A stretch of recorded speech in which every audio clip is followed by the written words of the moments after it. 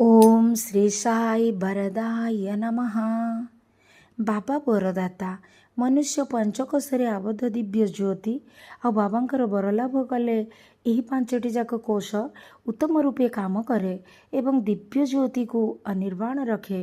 बाबांक आशीर्वाद अन्नमय कोश रोगमुक्त हुए, प्राणमय कोश विपर्यस्त हुए ना, मनमय कोशरे व्यस्तता उत्तेजना बा बातुलता पशि पारे ना, विज्ञानमय कोशरु समस्त अंधकार अंतर्निहित हुए।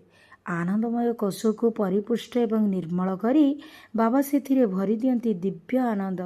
यही कोश गुड़िकर अंतर्गत उद्देश्य परिपूरण पाई बाबा वर प्रदान करती। तांकर आशीर्वादर लक्ष्य है मृत्युर अमृत जययात्रा ये शरीर को शक्ति और सामर्थ्य प्रदान करने एवं समस्त भीरु और हीन शक्तिर विनाश करी मन को विक्षोभ मुक्त करवा।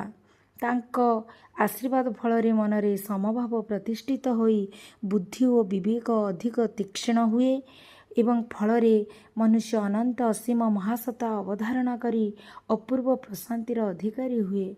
जो माने यह खोजती से माने पाई थांती। सेथिपाई बाबा कहती कबाटरे हाथ मारी देख, यह संगे संगे खोली जीव। अनेक समय बाबा निजे मनुष्य मनर ये रुद्ध कबाटरे हाथ मारी खोली दियंती और तापरे बर देई थांती।